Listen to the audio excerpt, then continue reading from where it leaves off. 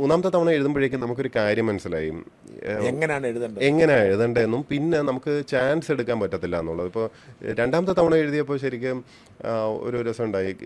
ശരിക്കും റിട്ടണും എല്ലാം നന്നായിട്ട് എഴുതി, ഭയങ്കര നന്നായിട്ട് പെർഫോം ചെയ്തു എന്ന് തന്നെയാണ് നമ്മുടെ എല്ലാവരുടെയും വിശ്വാസം. പക്ഷേ അപ്പോൾ ഞാൻ ഈ 2-3 തവണ എഴുതിയല്ലോ, അപ്പോഴേക്കും മൂന്നാമത്തെ തവണയാണ് അപ്പോഴാണ് ശരിക്കും കുറച്ച് പക്വതയും വരുന്നല്ലോ, കോളേജിൽ നിന്ന് പഠിച്ച് ഇറങ്ങുന്നല്ലേ ഉള്ളൂ.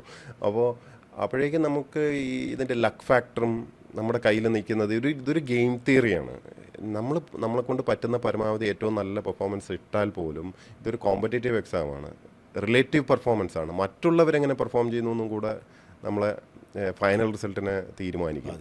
അപ്പോൾ നമുക്ക് അറിയില്ല, ഒരു ദൈവനിശ്ചയം കൂടെ അതിനകത്ത് ഉണ്ട്. അതുകൊണ്ട് ഇന്റർവ്യൂ ഒരു പ്രധാന ഘടകമാണോ? ആദ്യം നഷ്ടപ്പെട്ടത് അങ്ങനെയാണല്ലോ, ഇന്റർവ്യൂവിനെ കുറിച്ച് ധാരണ ടൈം ഉണ്ടല്ലേ. അതായത് ഫൈനൽ റാങ്കിങ്ങിൽ ഇന്റർവ്യൂ വളരെ പ്രധാനമാണ്. എനിക്കൊക്കെ സത്യം പറഞ്ഞാൽ ഇത് ഇന്റർവ്യൂ നല്ല പേഴ്സണാലിറ്റി ടെസ്റ്റ് എന്നാണ് ശരിക്കുള്ള പ്രയോഗം അവിടെ. അപ്പോൾ വളരെ നല്ല മാർക്കും നല്ല പെർഫോമൻസ്, നമ്മൾ മോക്ക് ഇന്റർവ്യൂ ഒക്കെ ചെയ്യുമ്പോൾ തന്നെ എല്ലാവരും വളരെ പോസിറ്റീവായിട്ടാണ് പറയുന്നത്, നന്നായിട്ട് ഡീൽ ചെയ്യുന്നുണ്ട്.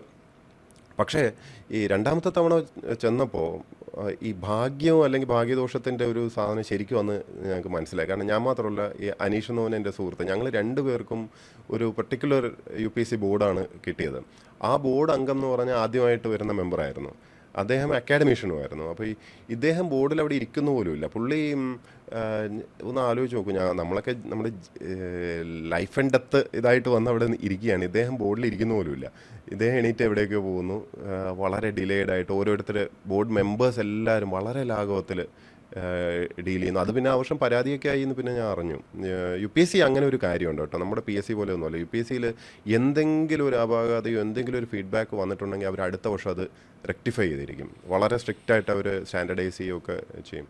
അപ്പോൾ ആ ബോർഡിൽ പക്ഷേ ഞങ്ങൾക്ക് ഭയങ്കര ഷോക്കിംഗ് ആയിപ്പോയി. ഇദ്ദേഹം അവിടെ ഒന്നും ഇരിക്കുന്നു, നമ്മളൊന്നും ഇവാലുവേറ്റ് ചെയ്യാൻ പോലും അവിടെ ഇരിക്കാതെയാണ് അവസാനം എന്തോ ഒരു മാർക്കിട്ട് ഞങ്ങൾക്കൊന്നും അക്സെപ്റ്റ് ചെയ്യാൻ പറ്റാത്ത മാർക്കാണ്. എനിക്ക് മാത്രമല്ല, അനീഷ് രാജ ആ ബോർഡിൽ എല്ലാവർക്കും. പക്ഷെ അദ്ദേഹം ഇട്ട മാർക്കുകളിൽ ഞങ്ങളുടേത് ഹൈയാണ്.